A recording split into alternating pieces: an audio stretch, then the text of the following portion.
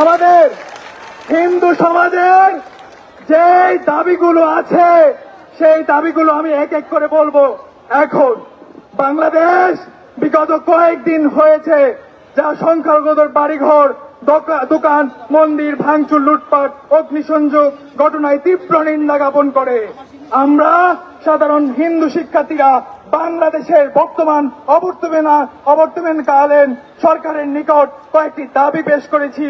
আমাদের দাবিগুলো হলো: এক, গত কয়েকদিন দেশব্যাপী সংখ্যালঘুদের উপর ভাঙচুর, লুটপাট, নির্যাতনের ঘটনা বিচার বিভাগীয় তদন্তপূর্বক দোষীদের উপযুক্ত শাস্তির ব্যবস্থা এবং নিরীহ সংখ্যালঘু ব্যবসায়ী জনসংখ্যাগণকে যথোপযুক্ত ক্ষতিপূরণ প্রদান করা। আমাদের 2 নম্বর দাবি হচ্ছে সীমান্ত সংলগ্ন যেসব অঞ্চলে মানুষের ঘরবাড়ি ছেড়ে সীমান্তে চলে যাওয়ার তথ্য পাওয়া গিয়েছে তাদের উপযুক্ত নিরাপত্তা ও সম্মানের সহিত নিজ ঘরে ফিরিয়ে আনা। প্রয়োজনে সরকারি উদ্যোগ তাদের গৃহ নির্মাণ ও পুনর্বাসন করা। আমাদের 3 নম্বর দাবি হচ্ছে হিন্দু ধর্মীয় কল্যাণ ট্রাস্টকে পূর্ণাঙ্গ রূপে হিন্দু ফাউন্ডেশন হিসাবে নিবন্ধন এবং তার সামগ্রিক কর্ম পরিশ্রম অর্থবরাদ্দ করা।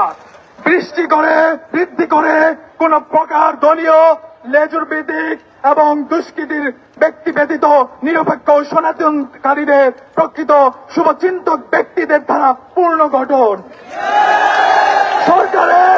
সরকারের সকল পর্যায়ে সংখ্যালঘুদের যথার্থ প্রতিনিধি নিশ্চিত করা। বিদ্যমান জাতীয় মানবাধিকার কমিশনের ন্যায় পৃথক স্বতন্ত্র জাতীয় সংখ্যালঘু সুরক্ষা কমিশন গঠন, যা সংখ্যালঘুদের উপর হামলা নির্যাতনের ঘটনা নথিবদ্ধ করে আইন প্রক্রিয়ায় সহায়তাপূর্ণক ন্যায় বিচার প্রাপ্তিতে সাহায্য করা।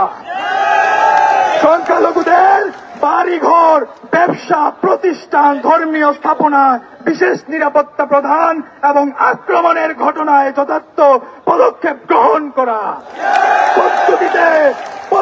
পরিস্থিতি পূর্ণরূপ স্বাভাবিক না হওয়া পর্যন্ত সেনাবাহিনীকে এই ব্যাপারে দায়িত্ব প্রদান করতে হবে। বিশেষ সংখ্যালঘু সুরক্ষা আইন প্রণয়নের মাধ্যমে বিশেষ গুরুত্বের সাথে সংখ্যালঘুদের মন্দির, ঘরবাড়ি প্রতিষ্ঠা, ভাঙচুর, লুটপাটের দ্রুততম সময়ে বিচার ও দৃষ্টান্তমূলক শাস্তি গ্রহণ করাতে হবে।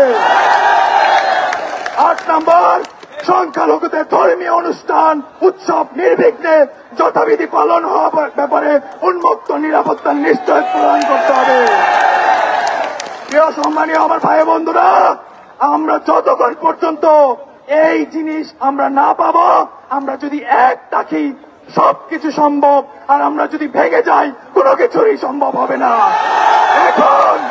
এখন আমরা আমাদের দাবিগুলো নিয়ে আমরা আগাতে থাকবো, আর সরকারকে বলতে থাকবো, রাষ্ট্রপ্রধানকে বলতে পারবো, এবং আমরা দেখি কতটুকু দূরে যেতে হয়। আগামীকাল